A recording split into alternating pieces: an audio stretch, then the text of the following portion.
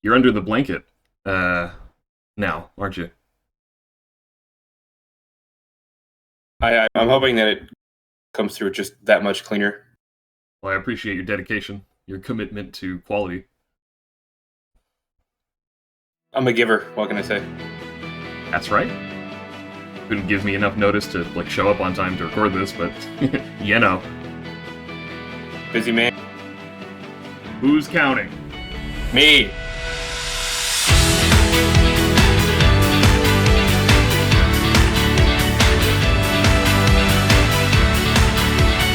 Hello and welcome back to Double Dip Draft Season 7. I am your host, Spood, coach of the Southtown Aegislashers, and joining me for Week 1 of the Violet Division is... Cameron, coach of the newly reformed, washed-up Wishy-Washies, coming at you now underneath a D&D blanket for improved audio. Yeah! Once again, we appreciate your commitment to quality. I do appreciate that. I like to be a part of things. Yeah, well, thank you so much for joining me to do the Violet recap this week. Violet is a really interesting division. I think all three of them are.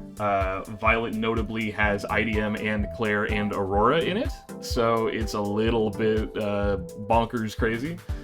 Testy.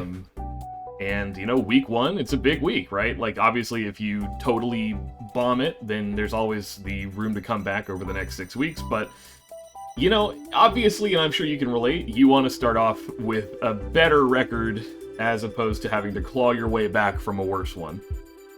Because if you win your first week, there's so much momentum, and you're like, yeah, I'm a god. And then if you lose your week 1, you're like, wow, the season's over. Yeah, I mean, it's even beyond... It sets the tone, Oh, yeah, I mean, even beyond the mental game, too. Like, just knowing, okay, I've got my week 1. If I lose it, now I'm 0-1 minus whatever. And it's just hard, because then, best case scenario, you're running even next week. Best you can do is, save your differential. So, immediately, if you lose week 1, you just have to be in damage control mode. And even though, again, there's, a lot of time to come back, these things always shift over time. Week 1, it's a big week for your mental.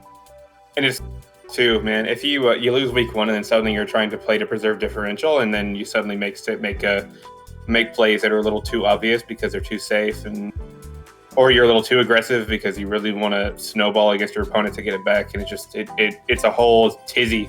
Yep. To coin a phrase. White. And hey, what's interesting is one of 2 absolutely fantastic players is going to have to leave week 1 at a deficit, because our first match, right out the gate, just a big explosive match, we have got Claire of the Maryland Manectrics versus Aurora of the Hoensbroek Hunters. Claire and Aurora are almost dead even in skill level according to the true skill algorithm. Literally one whole digit. 1 whole point. Out of a 4-digit number, they're off by 1 single point. Aurora has quite a legacy, has put up a lot of amazing performances, is always just a mainstay, playoffs maker, has, finished seasons in the first in her division. She's always been a menace, but Claire recently has been kind of the new hotness for Double Dip. She has been consistently making these, top 4 placements even. She is no stranger to being in that top 4 live stream. And I think... Right, so you never place any lower than playoffs, too? Yeah, so again, absolutely not. Aurora, to her credit, has not fallen out of playoffs since Season 1, where she was running kind of a not great draft. She was running Mega Obama Snow for, the funnies, and, we weren't taking it that seriously back then. Ever since Season 2, she's always been in the running. And, Aurora notably has a season win under her belt, and Claire does not. Well, let's see if that momentum carries into the first week. Yeah, we will take a look at it. Do you have any thoughts about team preview? So, off the rip, it does seem like Dondozo is a massive problem. With Registeel losing access to Toxic, and Dondozo, if it's running the Unaware set, the only real answer, aside from some really wacky Mew cheese, would be Thunderous. But being able to position Thunderous is pretty tough, considering you can't eat a hit from Frostmoth. You can't just Volt Switch willy-nilly because of Iron Treads. Don't want to take a really strong hit from Hydrapple, which will definitely eat every single hit no matter what with its fat regenerator set. And then obviously Iron Valiant just is a threat to every single Pokemon in the metagame, full stop, offensively. Yeah, I mean, looking at the team preview, it is really tough for Claire to get one going. You know, notably Gouging Fire, very much like a Dragon Dancing setup kind of Pokemon, completely stonewalled by Dondozo. So as long as that thing is alive, your win con, if it is Gouging Fire, is not going anywhere. And I feel like part of this is my fault because we were practicing for this matchup and I did not bring Dondozo. I think I was just so mainlined. I was like, yeah, Thundurus, won't bring Dozo, and I didn't think about it beyond that. We're all a little mixed up week one. All a little rusty, and you know it's a new toy, right? Nobody's had to fight Dondozo in singles all that much, at least compared to how long we've been in like Gen 8 meta. So let's have a look at how this went. Claire immediately on the back foot with the vanilla avatar. Big shame. Yeah, huge problem. At least they both have nicknames. That's true. But we're going to start seeing, you know, the problem with Claire's team, and actually really the problem with her approach was the immediate Dragon Dance while Dondozo was alive on the field. Not, I think, particularly well thought out. No, but in fairness, she did have a really solid mid-ground with the Focus Blast. You know, it handles the Iron Treads and it hits pretty much everything else. Even if it's resisted, you don't want to just click Volt Switch and then suddenly be in a really bad position, especially if you're choiced. Yeah, but again, here's the problem. Claire starts clicking setup buttons, but Dondozo is here, and there's no way she calced that body press, because if she knew she was doing 12%, then I don't think she would have bothered, you know? Yeah. And then suddenly Curse comes back in the sec, and you're like, okay, well, go into the setup mon. No, it's just raw body press, and now suddenly Smeargle's usability is down the drain. Yep. She does get a nice Nuzzle. I actually like that this is kind of an anti-taunt set because it's Nuzzle and Ceaseless Edge. Right, as opposed to like Thunder Wave and Spore or something. Yeah. She does lose her Smeargle relatively early, but I mean, I think a Paralysis and one Spike is fairly good. But again, Claire just Dragon Dancing up with this Mew. Dondozo is right there. You know. Now, in fairness, maybe Aurora sacking that Hydrapple could be really bad for her differential later on, but you know, we have 6 weeks to wait for that. Yeah, not really a big deal, and you know, Claire wants to preserve that for maybe like a late game win con, and you know, Claire knows that she can fairly reliably switch in on this Dondozo with Thundurus, and obviously it you know, forces it out. Wisely goes for a Thunderbolt there. This U-turn also did a ton of damage earlier. We didn't note it, but it punched right through Frosmoth. Did something like 40%. See, and it sucks because it's such a small interaction, but since Thundurus is a flying type, it actually doesn't benefit from the power boost from electric terrain. Yeah. Otherwise, it would have definitely been a 2-hit KO on the Pincurchin Thunderbolt. And that double Dragon Dance, man, Claire just... She's a better player than that, man. I don't know where that's coming from. Now, we do get the body press burn, which is pretty high. That's good. Yeah, that does at least nullify that temporarily. But Aurora is not losing any materials. Aurora's not losing any of her resources, but Claire's are starting to dwindle. Yeah. Thundurus is at half HP, Mew is weak. Right now, Gouging Fire is all but useless with the Dondozo on the field.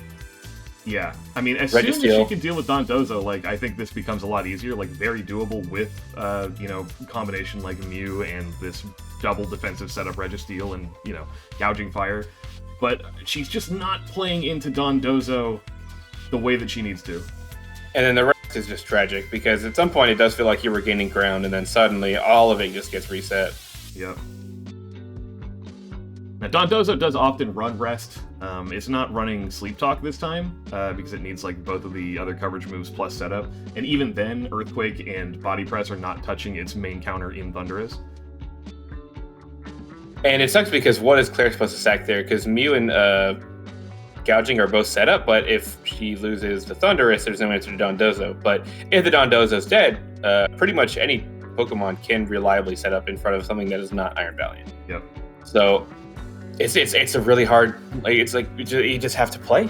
And you Aurora just have to play it right. Very wisely made that switch into Iron Treads there on the predicted Volt Switch. Claire very smartly goes for the Focus Blast to smack the Iron Treads. Aurora very cleverly has a Chople Berry on it and its Quark Drive speed. And now that Claire has lost her Thunderous to Iron Valiant. There is now absolutely no way, no matter how lucky she gets, that she is ever going to be able to break Dondozo.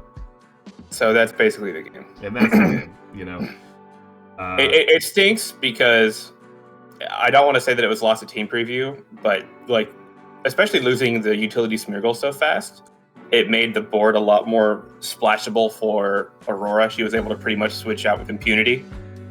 And there was basically no punishment to be had on any switch-in, so Aurora was just always in an advantageous position from team preview. It's really tough. I don't know. I still think, I mean, having Thunderous on the board, and Conkeldurr does like a clean 40-50% with just like a raw close combat into Dondozo, even though it's so defensive. Claire just kept Dragon Dancing on stuff, you know, or Amnesiaing on stuff while Dondozo was in the back. And, you know, those were turns where she could have been pivoting, where she could have been making doubles, where she could have been proactively getting better positioning, and she was just letting Aurora switch around completely for free. Just a rusty first week. You can probably speed it up from here. Yeah, I mean, there's not much left to see here. I'll just, you know, boom, there you go. It's over. Dondozo. That's the Don. Tough week one, but the stage is set, and now people understand that Dondozo is something worth considering during team prep. Namely me. Like I said, kind of my fault. I helped Claire practice, and I did not think to bring Dondozo because I just sort of short-sightedly thought, okay, Thunderous means Dozo's answered. And I didn't even consider the rest of it, so. Yeah. I'm sorry, Claire. Sorry, Claire. And like I'm sorry. Claire's a great player. You know, she will bounce back. I know it. I'm sure neither of them are particularly unhappy about this outcome, you know. Claire obviously would have preferred to win that, but if she's going to take a loss like that, you might as well lose to Aurora, one of the other best players in your division, because then right, you know, like it's at least not you can really make up against other people. Wouldn't really consider it an upset. No, I wouldn't consider that an upset either, particularly.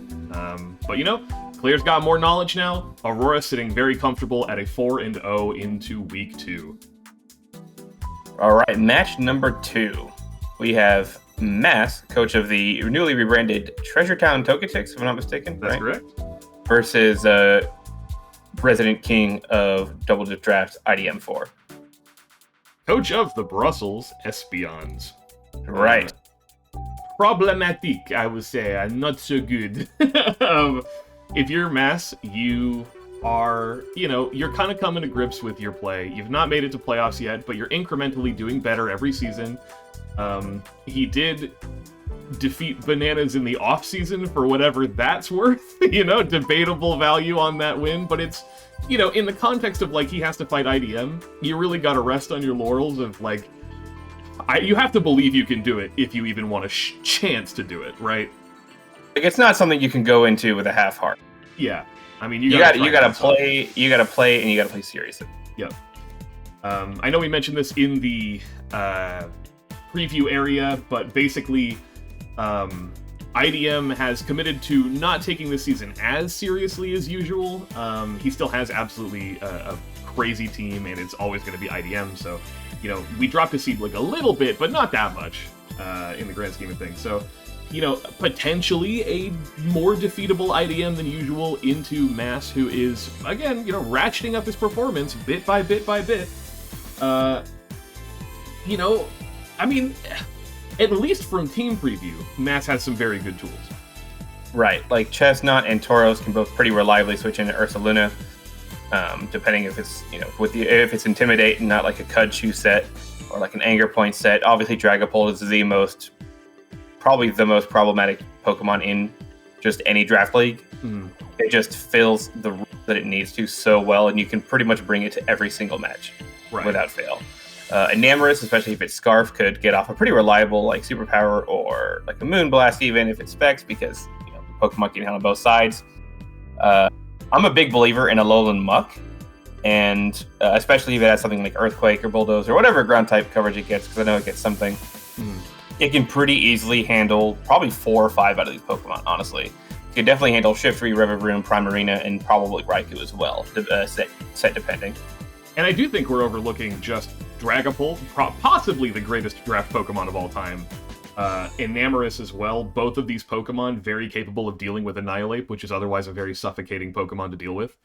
Mm-hmm. You know, adding some immunities, you know, an immunity to Ursaluna's Facade means it's not as free to click it, and also having an immunity to its Headlong Rush or its Earthquake in Enamorous, and also Rotom makes that not as free either. And, you know, I think Mass has a very good team for this. I think he brought pretty much exactly what he needed to bring.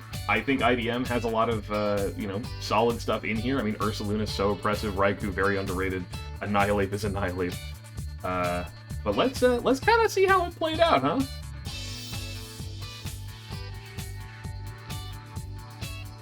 huh? So immediately, Mass goes for a Shadow Ball and dodges a Thunder Wave, which would have been pretty devastating. So, instantly, turn 1, Mass needs to be counted as Lucky Stars. Yeah.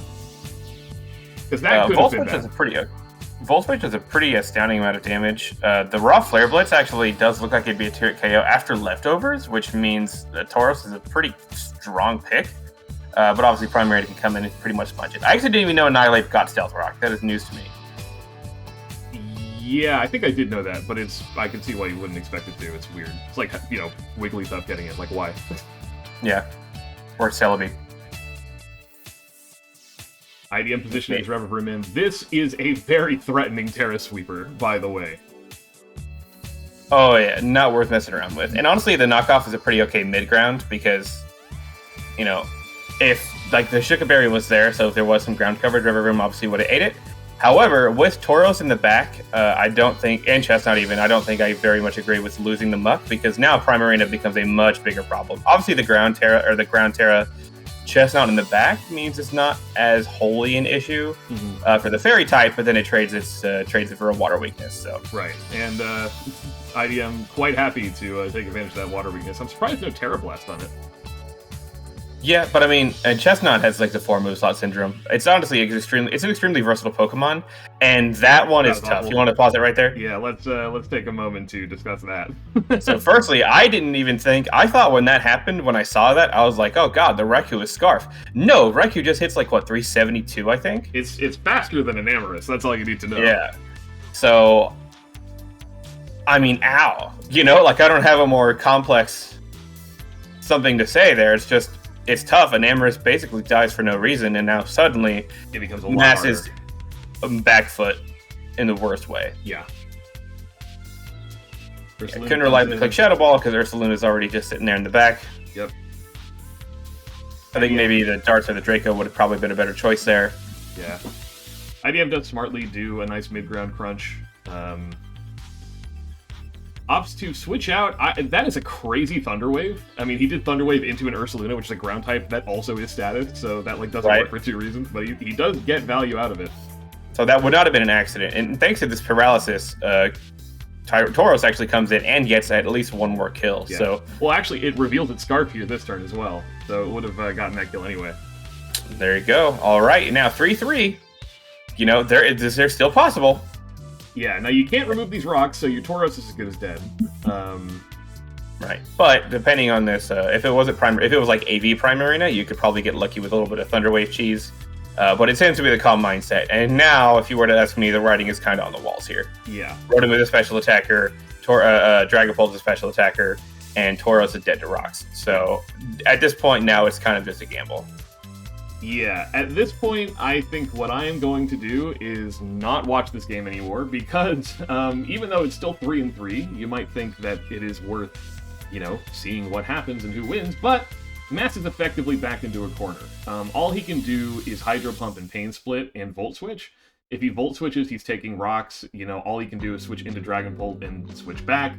Primarina is really unafraid of a special Dragon Bolt set, and also Dragon Bolt is now dead, so all he has is Rotom Wash into Tauros, and Tauros dies on rocks, and he goes ahead and gives him that anyway. So now it is Rotom Wash versus the world, and it will never defeat Primarina without getting multiple crits and a lot of paralysis. And while he does get a lot of paralysis here, he does not get the crits he needs. Right. I think these little speed drop down arrow, I think you could just pretty reliably hit that bad boy. Yep. I will mash the skip turn button now, and you can see how much longer this bullshit goes on for. So, another 13 or so turns? Yeah, it's nothing like that. Just defying all odds to continue to paralysis lock the Primarina. So, unfortunate for Mass to lose that. I think it would have looked much, much closer had he not blundered his Enamorous. But for what it's worth, I mean, losing 3-0 to IDM, like, we'll take it. You know? Like for week 1, like your probably hardest match is over, or at least what would be on paper, for IDM. So the fact that it's out of the way, that's got to be okay for your mental. And on top of that, you did 3-0. That's better than some people are going to do against him in this division. Yeah, so absolutely. It seems a little, I don't know, patronizing. I hope it doesn't come off that way, but I take the 3-0 against IDM to the bank. Yep. Like that's good for week 1. Especially if you're a lower seed. All right. Well, that's enough of that. Moving on to our third match of the week, we have got Jason of the Hartford Honchkrows fighting our boy Woody of the Schaumburg Salamences. I don't know if they've ever played before. I don't know if it's a particularly storied rivalry. Obviously, it goes without saying, and with all due respect, Woody not projected to win any of his matches this season by seed. Jason, kind of a mid-ground contender, someone who's definitely capable of making playoffs. So, as it is in last season, if you remember the dynamic that emerged, GTP Woody was getting 6-0'd pretty much every week, and it meant that if you did not 6-0 GTP Woody, you were now behind the curve, even if you won. Right. Now, I do think it is worth noting that Jason is one of the more active draft players outside of the league. He definitely has more experience under his belt at this point, just with draft as a format, than a lot of other people in his division. Yeah. I will say, actually, in credit to Matt, he also played in his own separate draft league called Clodsire Cup. I don't know what the name of Jason's was, and I think he may even still be playing in it, but he's doing really, really well in his other draft league. He has been posting the replays, so it's been kind of fun to follow. But seeing him into GTP Woody, I think you expect Jason to win. And I think if you're Jason and you're thinking about this in the wider context of this division, you want to win by as hard of a margin as you possibly can. Yep. And honestly, let's take the seeds of the players out. Just in terms of the Pokemon, it does feel like it could be a relatively even matchup. Like Toxtricity set pending, it could get walled by Lantern. Houndoom is a pretty good Pokemon offensively into Torterra, into King Gambit, into Azelf, probably into Zapdos as well. Haxorus, pretty threatening Dragon Dance Sweeper. Quavel obviously can snowball pretty hard with a combination of Aqua Step, Swords Dance, and Moxie. Yep. And obviously Roaring Moon needs no introduction. Dragon Dance, Acrobatics, pretty much cleave every other Pokemon in the OU tier. Meanwhile, Jason has Toxtricity, which is one of the Pokemon that can Terra in this season. So obviously Terra Normal Boom Burst shenanigans could happen. King Gambit can be a get out of jail free card. Sometimes you play the entire game properly and then you just lose the Sucker Punch game 6 times in a row. Yeah, like if King Gambit's still in play, it's very unlikely that the Dragon Dance Haxorus can be your win con, right? Mm-hmm. Torterra newly got access to Shell Smash, so that could be a very threatening sweeper for Woody's side because it hits every single Pokemon either neutrally or super effectively with a combination of Headlong Rush and Woodhammer. Mm-hmm. Zapdos is just fantastic defensively, offensively. It does just a little bit of everything. And then Azelf has quite a bit of utility. Could be rocks. Could use one of those new Legends Arceus moves that it gets. That's like kind of Lumina Crash, but not really. Like, there's a lot of power on both sides. And then Toxapex is the only one that I feel like wouldn't get that much mileage here, but it could be a pretty nice cinch switch into Houndoom, Lantern, and possibly Metang. Yep. But I think that's enough pleasantries. I think we can probably just jump right in there, right? Let's have a look. Let's take a look, man. All right, so starting off strong with the Toxtricity, and that's a kill. And that's it. Okay. That's enough of that. So we know it's a Specs Boom Burst, and then there's a Terra Normal, and then it lives on 1%. So naturally, the fucking craziest fucking read I've ever seen in my life. There's no, I want to believe that what he did that on purpose, because it's like, oh, it's Boom Burst, maybe it's Terra Normal, but he paralyzed the Toxtricity and then lost Haxorus for basically no reason, considering Metang was in the back. But hey, we got Brick Break on Metang, so, still in the game. Yeah, still in the Terra game. was insane, honestly. and Brick Break in case there's a Screens A self in the back, you know that? And this is a silly game. Yeah, I honestly at that point is just like, really, dude? Is that entirely necessary? And then the Crunch drop gets a static proc anyway. Also, I mean, that +1 defense means that's not a 2-hit KO from that Banded Crunch. Nope. So it actually does kind of matter. Now, at least he doesn't get paraprocced anywhere, so it's not that bad. Jason very wisely hits the U-turn out there. Now, Metang is a pretty reliable switch into Azelf, and we got the Brick Break on deck. Boom. Unfortunately, writings on the walls, Metang cannot do anything to prevent Torterra from shell smashing, and at this point, Woodhammer plus Headlong Rush just does clean up the game.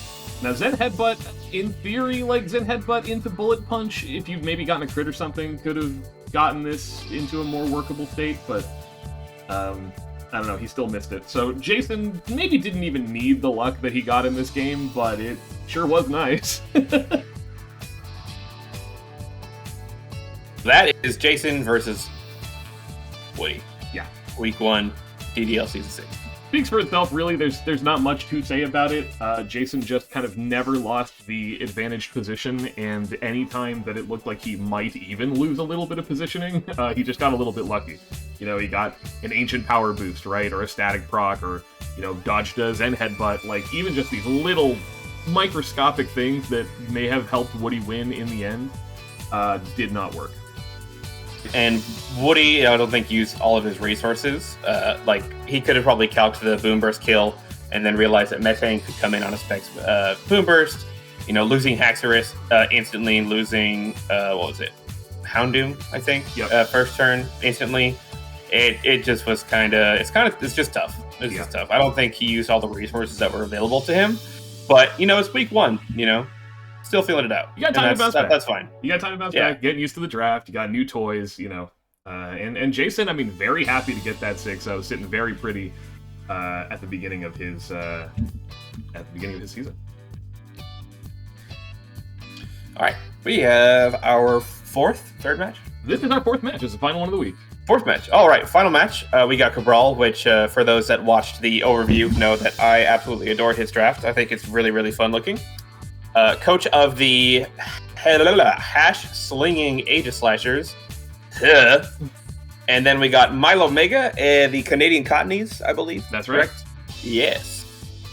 Week 1, so Milo obviously still pretty new to the double dip draft scene. I think this is only their 2nd season. That's correct. And actually this, hilariously, for as new as Milo is, this is already a storied matchup because this was Milo's very first opponent in the very first week.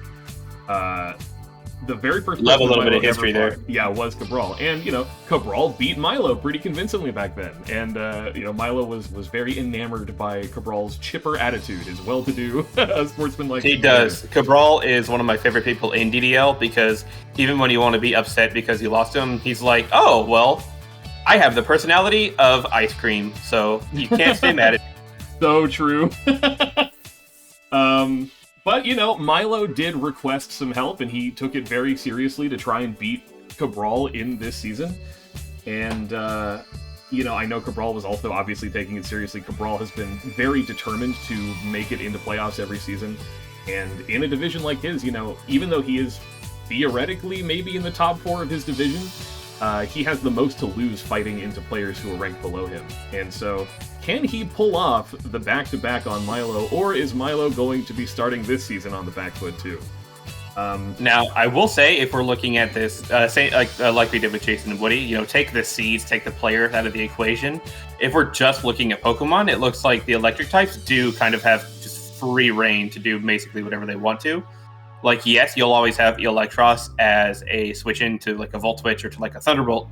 But I mean, even AV Electros can only take so much punishment before things start to get a little hairy, and then everything else except Bramblecast takes neutral or is super affected by electric type offense. So immediately you can tell positioning for Cabral's gonna be a little tougher this week. And you know why the electric offense is so potent here is because Cabral did not bring his S tier Gliscor.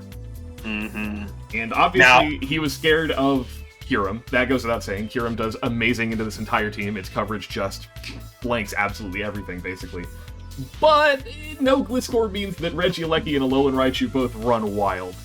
Exactly, and I do think that awareness to understand that synergy, it's like, yeah, Kyurem can if Kyurem erases the Gliscor, if it were to come, then suddenly the electric types are made wide open. I do think that is some pretty good team building before the game even starts. I do think that's some pretty good foresight for Milo Mega to be packing into week 1, especially because a lot of people are still learning their drafts. So, understanding the sort of synergies that early on, I do think is the mark of a pretty, like I said, they have that competitive fervor. They're really happy to be here. And I do think that the season is treating. I think it's treating them well. Yeah, so far. So for sure, and I think that shows a dedication to okay, I want to improve, I want to do better, I want to set these goals for myself. That's the making of a good player.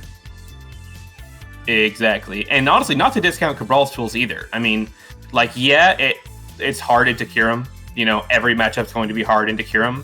But if Araquanid's removed, then Shell Smash Blastoise could do a lot of work. Obviously, Meloetta, if it's in its pirouette form, knockoff, and a combination of Relic Song or Hyper Voice or whatever. Close combat on the pirouette form plus knockoff answers 4 of these 6 Pokemon, probably 5 even, considering Kyurem does not love taking a close combat, and everything can get knocked here. There's tools on both sides. Yeah. I think it's definitely not impossible. I think there's a lot of win conditions on both sides. I think something like a Shell Smash Blastoise or like a Specs Regieleki look really, really threatening into the end game. So it's just a matter of who pulled it off. And even reliable pivoting with Flip Turn Blastoise and into Metagross or Volt Switch. We'll watch. We got a game to watch.